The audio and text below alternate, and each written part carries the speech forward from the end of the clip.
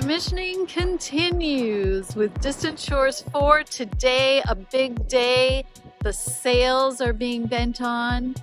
They just got the mainsail up. It's an in-mast furling and head sails to follow. We're Cheryl and Paul Shard, hosts of the Distant Shores Sailing Adventure TV series. We've been cruising and living aboard for 34 years, documenting the sailing lifestyle. Join us for the commissioning of our new boat, a custom aluminum Orion 49.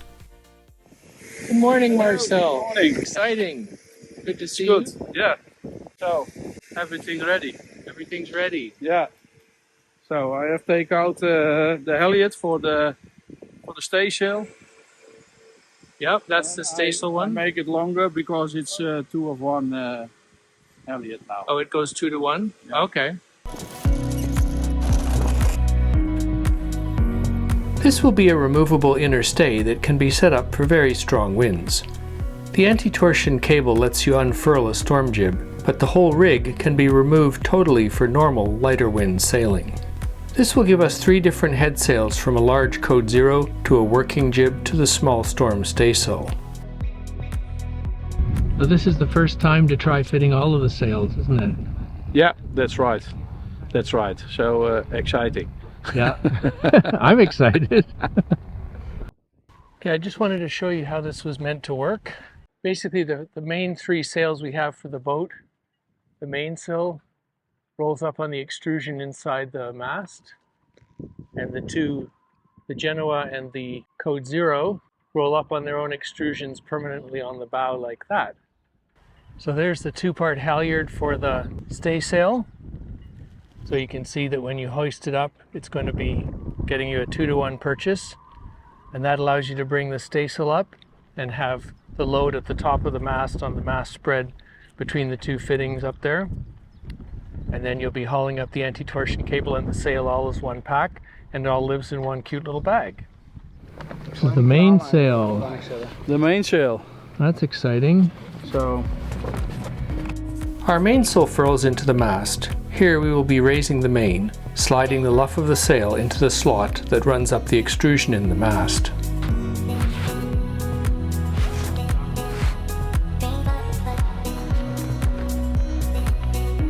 So this is the Voyager fabric, right? yeah, that's right. So with the cross-cut sail, we've got the dynemas going up and down Yeah. the sail. Yeah, that's right. It's a woven sail, so it's very strong and durable. What Yes, it'll last in the sun and everything. Yeah, that's right. And then the strength is along Yeah, these fibers here are the Dyneema in the fill. and you can feel it's very stiff, but that make it very strong. And for furling sails, it doesn't matter that it is stiff, but that make it very stable in the profile and so on. Great. Yeah, cruising it's really good. It's special made for the cruising market, blue water.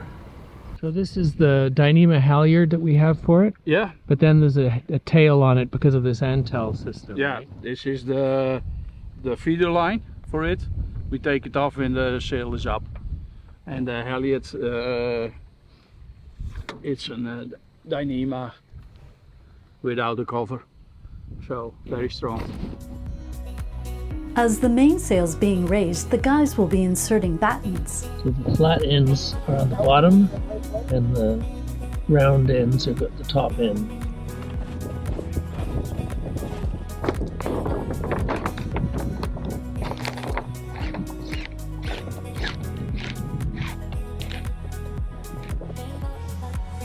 The battens are inserted in batten pockets in the sail to help the sail hold its shape and allow the sail to be larger and more powerful than without battens. Inserting battens can be a tricky procedure at first, but with a bit of practice and a batten pusher, you quickly get the hang of it.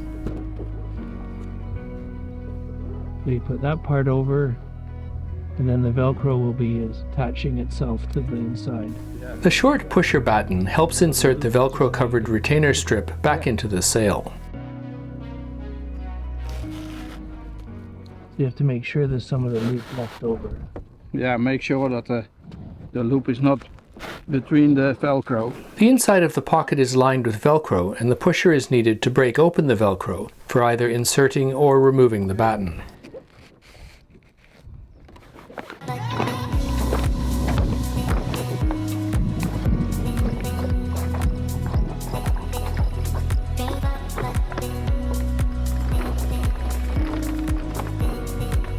We're just at the edge of too much wind to do this at the dock, but they are managing. Just got the in-mast furling mainsail in the track and up the mast. Mainsail is done. Fits very well. Looks good. That's straight in the wind, so you can't see the profile how good it is. But, You have to come out sailing with us. yeah, no problem at all. We will do. With the mainsail raised and furled into the mast, we turn to raising the genoa. This is the name for a type of foresail that extends past the mast. That's the soft shackle you use to attach the sheets. Yeah, and it's a soft glue with. There's no metal in it. That's very nice. Yeah, it's Dyneema. So it's very strong. So this part is Dyneema also? Yeah, yeah. This is all Dyneema. So it's very good. It's not damaging your mast with tacking. Yeah, that's great. No metal at all. Look at that beautiful new sail. You have to beware that the swivel here have to stay still one round, and it's blocked after one round with furling in. So you have to make clear that it's free turn in the enough first now. turn, Yeah, okay. first round. So that's very important. Otherwise, when you're reeving, it's not that flat. It's flattener for the sail.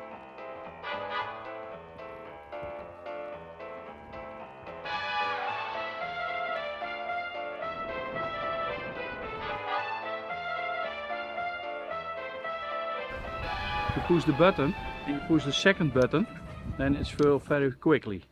So with a lot of wind. You push the two buttons together? Yeah. Really? I never saw that before. First in, and the out button, and then it's go faster. Next comes our largest head sail, great in winds less than 15 knots. Zero, it goes up to 50 knots to 60 boat angle. So it gives a lot of power. So it's a very nice sail, you think. Yeah. So you're looking for points on the deck to sheet? We have put the attachment for the sheet. We have in the design taking the measurement where it should be, and the yard can mount it now on the right position. Perfect. And we put the sails up now, and we will check if the design is also right. So hopefully the boat is the same as the design. Yes, that's right. Most of the time it's good.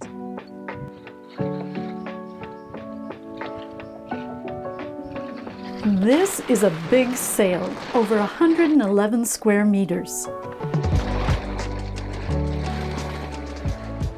This Code Zero is going to be great in light winds.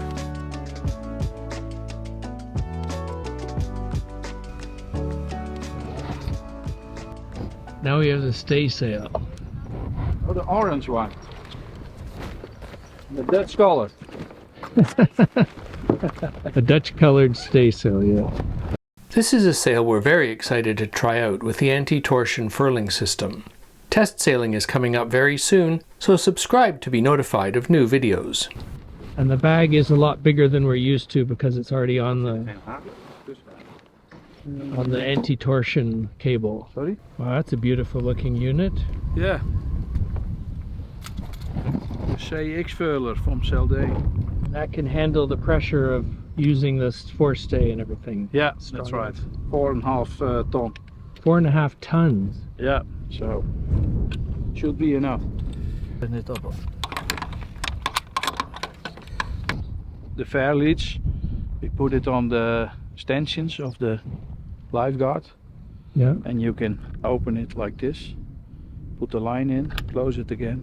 Oh, I see. Oh, isn't that smart? The furling drum uses a continuous line which is rigged back along the stanchions close to the cockpit when you need the sail. This will never come off. It's always on. You take it off from the sail, but leave it on the halyard. For those of you new to sailing, a halyard is a line that raises a sail. Isn't that smart? So the two-part halyard is connected to the head of the sail and anti-torsion forestay with a quick release clip. That's it. So very easy. Using a two-part hoist means loads are reduced on the mast fittings and it's easier to tension properly. And then you can hoist it. So this is the anti-torsion line that's Yeah, that's right. running off the head of the sail. Okay, I'm hijsen, the Zwarteval over here. And it's the same system here, under.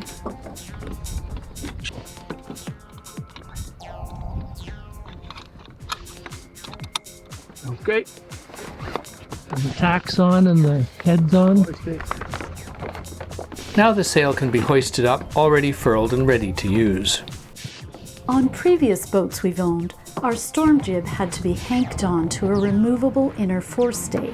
It was awkward to do, especially in strong wind conditions when we needed it. Plus, you had to go up to the foredeck to set it up. Very strong winds. Very strong winds. So it's free of the radar. Yeah, That's why we have make it a bit low. Oh, that's perfect. And the sheet point is almost the same as the normal jib. Yeah. So if you furl it in, you can do it like this. But you have the sheet around it. So we would furl it away like that. Yeah. And then it's very strong and for heavy weather, and it's not furling out or whatever. So we'll be able to put it away without anyone going forward. This is the first sail like this we've ever owned with the anti-torsion line. Yes, very good system. So it's very easy to handle, and you can take it away because you need it only with now I think it start blowing 35-40 knots. Yeah. Then you use this one. So that's a lot of wind. Yeah. 40 is a lot of wind. Yeah, that's a lot of wind. I think maybe if it was going to be 30, I might consider putting it out. Yeah, it's depending upwind or not. Yeah. You can have this one to 25-30 knots. Very simple and easy. With a couple of reefs in Yeah. it. So Yeah, that's Yeah. right. So thank you so much for this. yeah, no I look problem. forward to getting us out sailing and see how it works. Yeah, For the first Yeah. sail, maybe next week. yeah. I take care of it. Thank you. This furling storm sail with its own torsion cable is as easy to take down as it is to put up. And normally we would probably furl up the sheet around it Yeah, that's right. so that it comes down a little further down to here. Yeah, that's right. And then you leave can the store sheets the on. sheet on it. Yeah, So then it's all one piece. Yes.